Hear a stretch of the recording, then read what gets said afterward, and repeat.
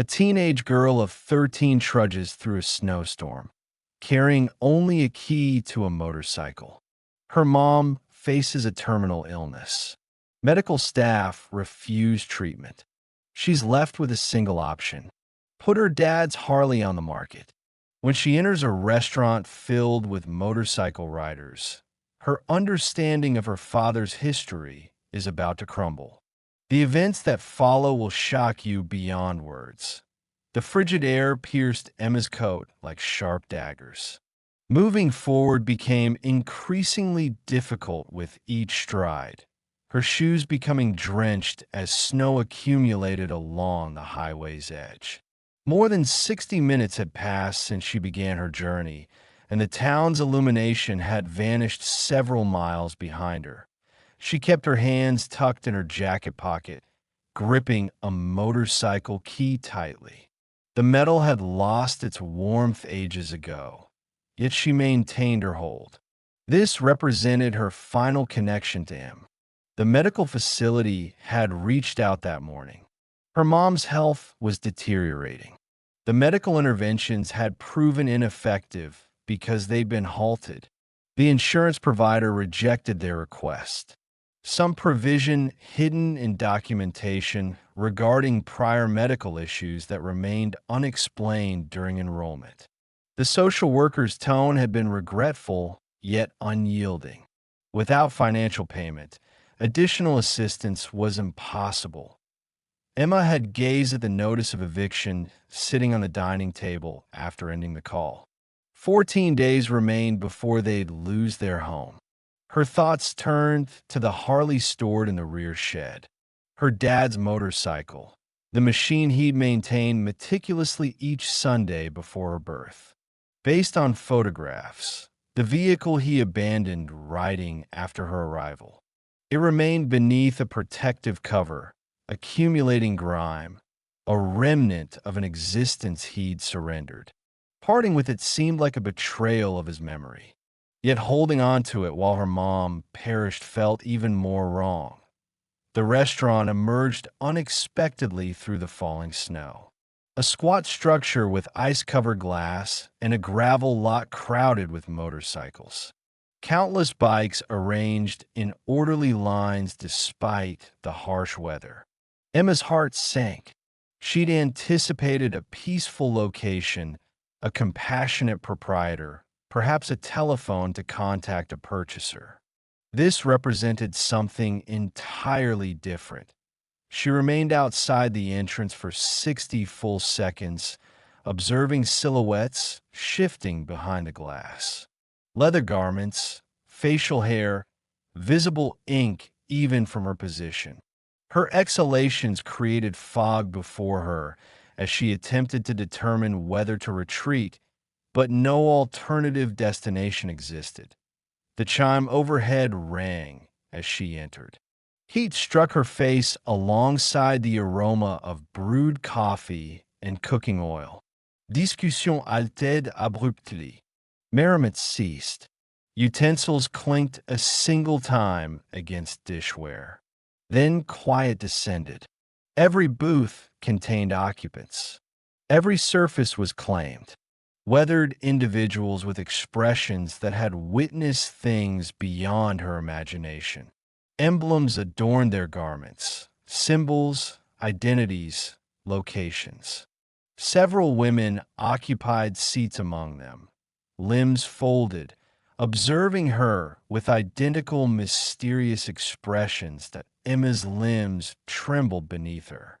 She compelled herself to advance another step, melting snow dripping from her coat onto the aged floor covering.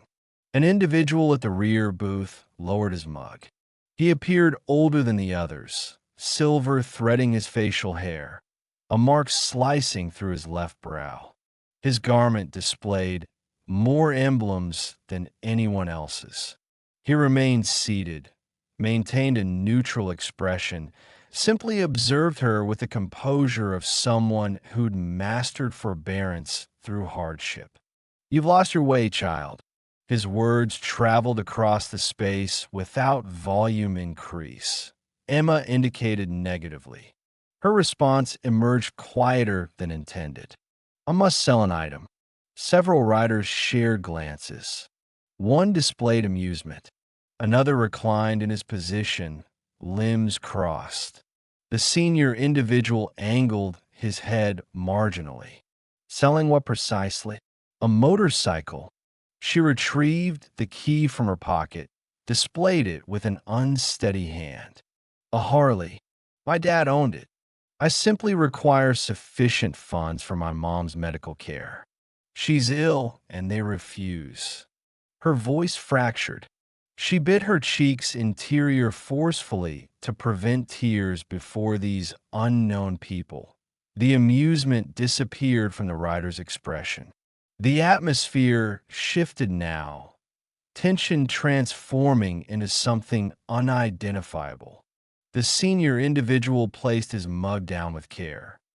What's your family name? Emma paused. She failed to comprehend why this was relevant. Bradley. Emma Bradley. The quiet that ensued wasn't hollow. It contained recognition, incredulity, something unspoken transmitted between individuals who traveled together sufficiently long to exchange meaning without language. Someone murmured a name, her father's name, and it traveled through the space like flame meeting kindling. The individual with the scar rose deliberately. He moved with the authority that had nothing to do with physical size. He approached her, footwear heavy against the flooring, and halted several feet distant. Your old man, he stated softly. He traveled with us. Emma's respiration halted. Her father never discussed riding, never referenced organizations or companions or anything beyond employment and evening tales. That's impossible. He departed. The individual interjected, though his manner wasn't severe. Extended time passed before your birth reached a decision. His gaze shifted to the key in her grasp. Difficult decision. Emma's thoughts raced through recollections. Her father's work-hardened hands. The persistent scent of lubricant even after bathing. How he'd occasionally gaze through the glass on Sunday dawns, as though searching for something just past the visible range. Details she'd never questioned suddenly reorganized themselves into an alternate image. The scarred individual turned toward the assembly. He required no volume increase. Ricky, you recall Bradley? A rider positioned near the service area. Substantial build with silver hair tied back. Acknowledged deliberately. Affirmative reserved individual, skilled hands, could repair anything. Departed roughly 12 months following his child's birth. Another voice contributed from a corner booth. Surrendered his emblem and never returned. Emma experienced dizziness.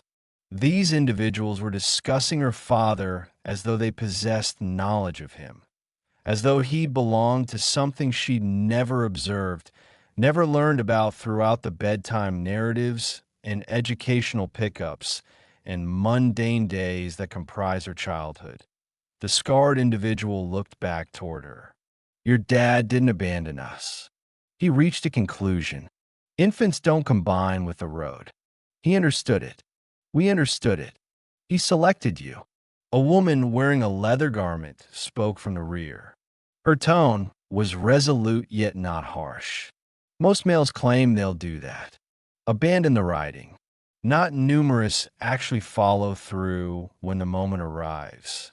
He did, the scarred individual stated. Surrendered his emblem one silent evening. Stated he possessed obligations now. Departed and didn't return. Emma's throat constricted.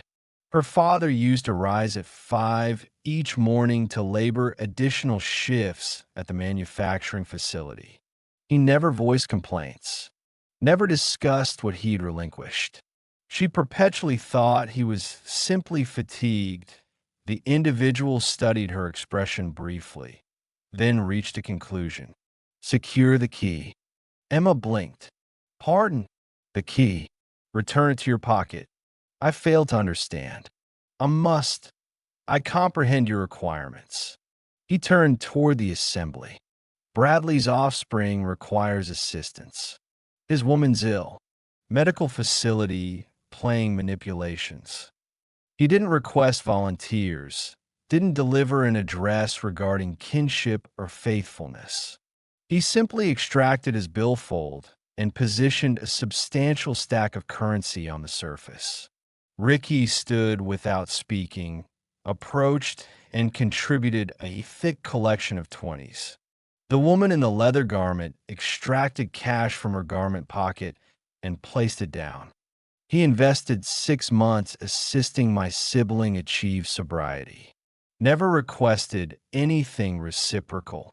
Another rider approached, depositing bills onto the expanding collection. Bradley extracted me from a motorcycle accident on Route 9. Remained with me until medical transport arrived. Missed his daughter's celebration that evening. Emma's sight blurred. She hadn't possessed knowledge of any of this. Her father never referenced accidents or assisting people or missing her celebrations because he was preserving someone's existence. Individually, riders advanced toward the surface. Nobody announced quantities. Nobody transformed it into a contest. They simply contributed what they possessed ability. Some placed hundreds. Others contributed 20s and 10s. Currency that appeared to originate from daily gratuities and supplementary employment, given without reluctance. A younger rider positioned what resembled several days' gratuities and appeared almost regretful.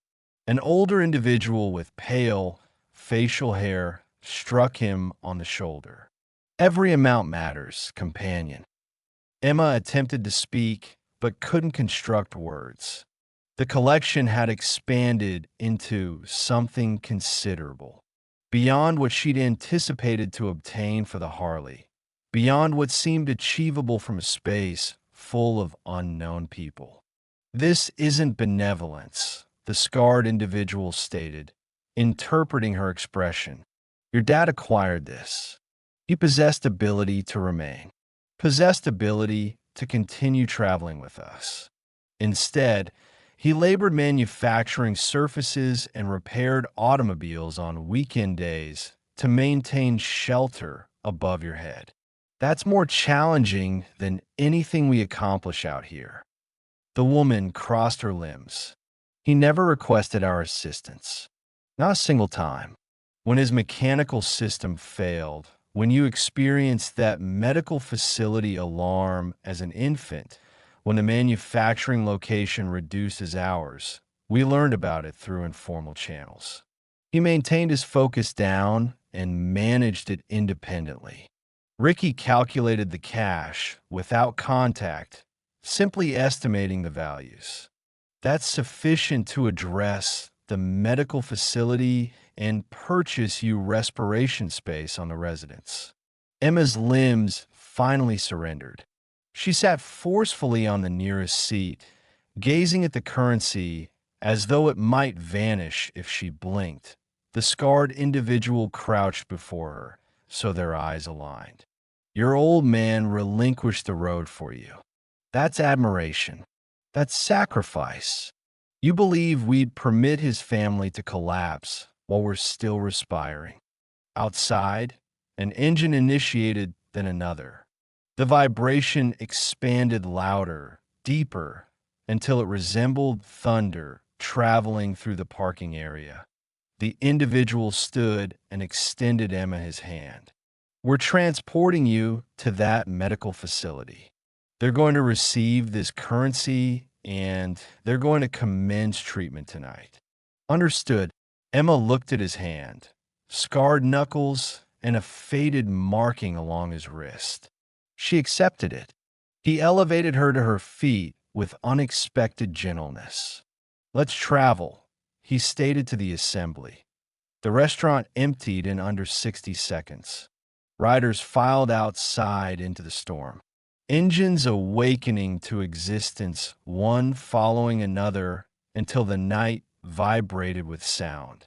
Emma stood in the entrance, grasping the envelope of cash someone had positioned in her hands, observing a procession form in the snow. The scarred individual gestured toward a vehicle idling near the entrance.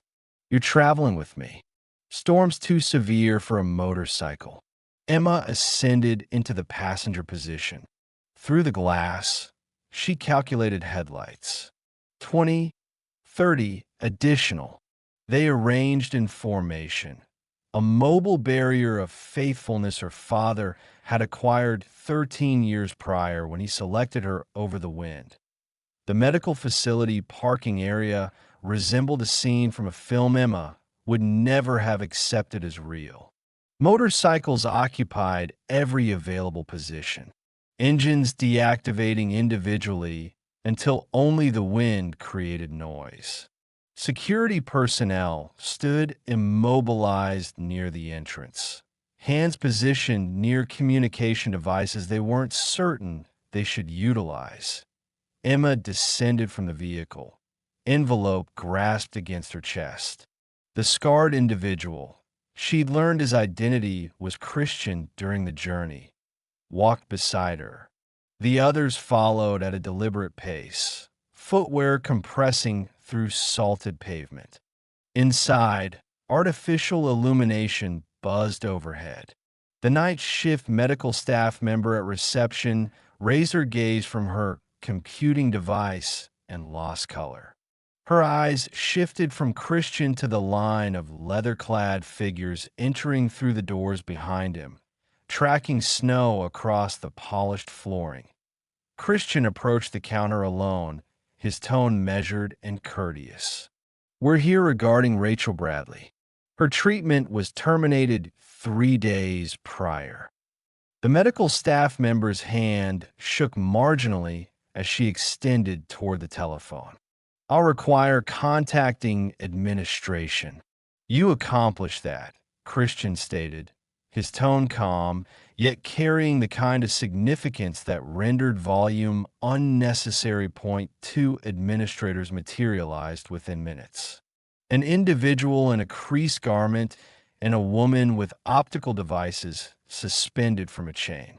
They absorbed the scene, the riders standing silently, limbs crossed, expressions mysterious, and something transformed in their demeanors. The administrative barrier they'd concealed behind suddenly felt more fragile. "There appears to be a circumstance with insurance." The woman initiated, her tone strained. "We cannot simply." Emma advanced, her tone stronger than she anticipated. "You possess ability. Here's the currency." She positioned the envelope on the counter. Christian indicated to Ricky, who advanced and meticulously calculated the bills in visible view. Nearly 8,000. Every bill legitimate, every value accounted for. The male administrator retrieved the envelope, examined it thoroughly, then exchanged a glance with his colleague. "This addresses the immediate treatment, but continuing care will demand. Then we'll discuss continuing care when that invoice arrives," Christian interjected. "Tonight, you initiate treatment. You eliminate whatever restriction exists on her file, and you ensure the physicians understand she's addressed." The woman adjusted her optical devices. Her opposition was disintegrating, not from alarm, but from the sudden comprehension that she possessed no valid justification to decline. The currency was authentic. The patient was present. The justifications had exhausted. "I'll process this promptly," she stated finally. The medical staff member, who'd been observing everything in amazed quiet, retrieved the telephone and dialed an extension. "Dr. Reyes, we're continuing treatment for Rachel Bradley." "Affirmative tonight. Complete authorization." Emma experienced something release in her chest. She turned to Christian, tears initiating formation, but he indicated negatively gently. Not concluded yet. They departed the medical facility 20 minutes afterward after verifying the treatment had recommenced. Emma's mom was resting, connected to medical equipment that were finally flowing again with medication instead of saltwater solution. The procession reformed outside. Christian handed Emma a folded document. This the financial institution that possesses your residence. Emma acknowledged. She'd located the documentation in her mom's desk compartment. A financial arrangement taken 2 years prior, when medical invoices first initiated accumulating. The interest percentage was exploitative. The conditions were constructed to entrap. Address: Dalton Street, above the taxation office. Christian produced a gesture, and several motorcycles separated from the assembly. The remainder followed the vehicle through vacant streets until they reached a narrow structure with dimmed illumination on the second level. The office entrance was secured. Christian knocked once, resolute yet not aggressive. An illumination activated inside. Footsteps approached. The individual who responded was slender, mid-50s, wearing a casual shirt and trousers despite the late hour. His eyes expanded when he observed who was positioned in his corridor. When not operating. You're operating now, Christian stated, still calm. We must discuss a financial arrangement you issued to Rachel Bradley. The individual attempted to seal the entrance. Ricky's footwear halted it gently. They entered the cramped office, and the financial provider retreated toward his workstation, hands elevated marginally. I don't desire difficulty. Everything I accomplish is lawful. Lawful doesn't signify correct, the woman in the leather garment stated from the entrance. Let's examine that agreement. Christian extracted the documentation Emma had transported. He distributed it across the workstation, indicating specific lines. Interest percentages that would suffocate a family, compounding daily, penalties constructed to entrap people. That he raised his gaze. You exploit ill people. I furnish capital when financial institutions refuse. You manipulate desperation. Christian rectified. His tone never elevated. He didn't require it to. Here's what transpires now. You're going to designate this financial arrangement paid completely. You're going to authorize a discharge, and you're going to surrender any claims or demands you possess on the Bradley property. The individual swallowed forcefully. That's thousands of currency. I cannot simply. Ricky reclined against the filing structure. Certainly, you possess ability. Will remain. There was no vocalization, no intimidations. Simply the silent force of responsibility, of being compelled to confront what he'd accomplished without the protection of documentation and legal terminology. The financial provider's hands trembled as he extracted forms, marked them, authorized them. Christian examined each document meticulously before receiving them.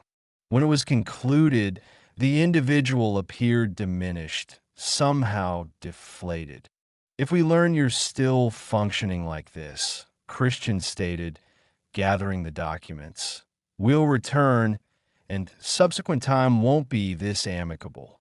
The procession arrived outside Emma's residence in the deceased hours before sunrise. The shed-out rear sat dark and silent, the Harley still concealed beneath its protective cover. Christian handed Emma the collection of documents. Your residence is eliminated. Your mom's treatment is addressed. You're acceptable. Emma looked toward the shed. The motorcycle remains. Christian stated resolutely. That Harley's not departing anywhere. It belongs with your dad's remembrance, with us. But I believed I had to market it. You never did. He glanced back at the others, still idling in formation. We'll address it the proper method. Emma grasped the collection, exhausted and overwhelmed and appreciative in methods she didn't possess words for. Christian angled his head. Obtain some rest, child. We'll maintain contact. The engines vocalized back to existence, and the procession vanished into the snowy night, departing Emma positioned on her entrance with evidence that her father's history hadn't abandoned her. It had been anticipating all along. 3 days following the procession, a transport vehicle materialized at Emma's residence. An individual descended, younger than Christian, with lubricant-marked hands and the silent concentration of someone who expresses through his labor. He identified himself as Danny. I'm here for the motorcycle, he stated simply. Going to transport it to my facility. Obtain it functioning like your old man would have desired. Emma guided him to the shed. When Danny withdrew the protective cover, particles floating in the dim illumination, he remained there for an extended moment, simply observing. His hand traced the fuel container, fingers interpreting the abrasions and indentations like tactile reading. He maintained this, Danny stated. Even following he ceased writing. Lubricants aged, but it was replaced regularly. Wheels are deteriorated, but the structure's solid. He glanced at Emma. This is quality labor. He cherished this machine. They positioned it carefully onto the transport bed. Emma observed it vanish down the street, experiencing like she just dispatched another fragment of her father. But Danny had committed to transmit images to maintain her informed. He preserved that commitment. The first image materialized 7 days afterward. The Harley dismantled to its structure in Danny's facility, components organized meticulously on a work surface. Then additional images followed over the months. The engine reconstructed fragment by fragment. Chrome polished until it radiated. New leather for the seat, assembled by hand. Paint meticulously applied to align with the original deep blue her father had selected. Danny never requested currency, never transmitted invoices. This was something else, something beyond transaction. Meanwhile, Emma's mom developed stronger. Pigmentation returned to her expression. The interventions functioned. By springtime, she was ambulating without support, expressing amusement at meals, discussing returning to employment part-time. The eviction notice transformed into a distant recollection, incinerated in the heating structure one evening as a silent celebration. Emma never communicated to her mom the complete narrative. Not yet. She simply stated some of Dad's previous companions had assisted. Her mom had acknowledged, fatigued yet appreciative, and hadn't insisted for specifics. The invitation materialized in July, transmitted by hand.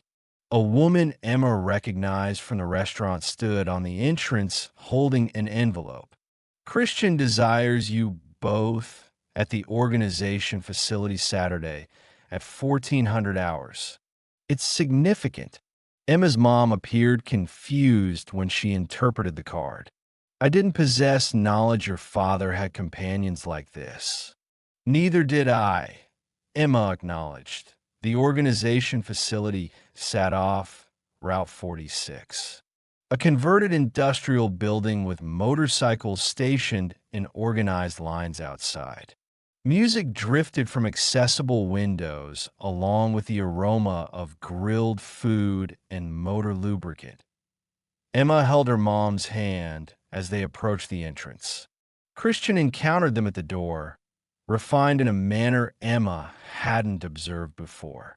Fresh trousers, a pressed shirt beneath his garment. Rachel, acceptable to observe you standing. Emma's mom acknowledged, still uncertain about all of this. Gratitude for whatever you accomplished. Emma won't communicate everything. She doesn't possess knowledge everything. Christian stated with a marginal smile. Advance. There's something you both require to observe. Inside, the organization facility was crowded. Riders Emma recognized and numerous she didn't, all positioned around the edges of the space. At the center, beneath a spotlight someone had arranged, stood the Harley that Emma's respiration halted. It appeared brand new, superior to new. The blue paint reflected the illumination like liquid. Chrome radiated. The leather seat appeared soft and flawless. Every fastener, every detail restored with a degree of attention that went beyond mechanics. Danny stood beside it, cleaning his hands on a cloth, even though they were already clean. He appeared almost uncomfortable by the attention that a brass marker had been positioned on a wooden support next to the motorcycle. Emma advanced closer to interpret it. James Bradley, companion, father, rider. He selected the more challenging road that Emma's mom produced a small sound, her hand ascending to her mouth. Tears initiated immediately. Christian advanced. Your husband traveled with us for 8 years. He was a quality individual, solid. When you became pregnant, he approached me and stated he required to withdraw. Stated he couldn't be the kind of father he desired to be if he was on the road every weekend. He paused. Most males state that. James actually accomplished it. Danny cleared his throat. Invested half a year obtaining it correct. Labor nights, weekends, desired it flawless. He extended into his pocket and extracted the original key, the one Emma had transported through the snow. He positioned it in her hand, enclosing her fingers around it gently. The motorcycle remains here, Danny stated. We had another key manufactured, but this one's yours. You're perpetually welcome here, and when you're prepared, when you're sufficiently aged, we'll instruct you to operate it if you desire. Emma's mom was expressing tears fully now. All those years, she believed she possessed complete knowledge of him. The silent individual who arrived home fatigued, who never voiced complaints, who somehow perpetually managed the residential payment, even when the manufacturing location reduced hours. She'd never possessed knowledge he was transporting the burden of 2 families, 2 kinds of faithfulness. Ricky advanced, his tone rough. There's something else you should possess knowledge, Rachel. That organization facility we almost lost years back, when the property owner desired a market and we couldn't accumulate together the initial payment. She indicated negatively, not understanding. James acquired it, Ricky stated. Positioned the ownership in the organization's identity. Obtained a financial arrangement he invested years paying off. Never communicated to any of us until it was concluded. Never requested recognition. He gestured around the space. This location exists because your husband ensured it would. Emma gazed at her mom, who appeared amazed. Her father had never referenced any of this, never suggested that the burden he'd transported, the sacrifices he'd produced both for his family and for the companions he'd departed behind. Christian positioned a hand on the Harley's control. We travel in his honor every year. First Saturday of September. He's not forgotten. He never will be. The space was silent except for the silent sound of Emma's mom expressing tears. Emma enclosed her limbs around her, the keys still compressed between their hands. There was no acclaim, no addresses, simply the silent understanding that some obligations transcend mortality, and some connections survive even when existence transports people in different directions. Outside, engines initiated to activate. Not departing, simply idling. A tribute, a reminder. The Harley stood in the center of the space, restored and honored, anticipating the day Emma would be sufficiently aged to transport it back to existence on the accessible road. Her father had selected family. The organization had selected to recall, and that Emma comprehended was everything. Sometimes the individuals we believe we possess complete knowledge still have chapters we've never interpreted. This father selected family over liberty, but his companions never forgot him. What would you accomplish if you discovered a concealed fragment of your parents' history? Deposit your reflections below. And if this narrative affected you, strike that appreciation button and enroll to embrace the journey for additional narratives that remind us what it signifies to appear for each other. Observe you in our subsequent visual presentation.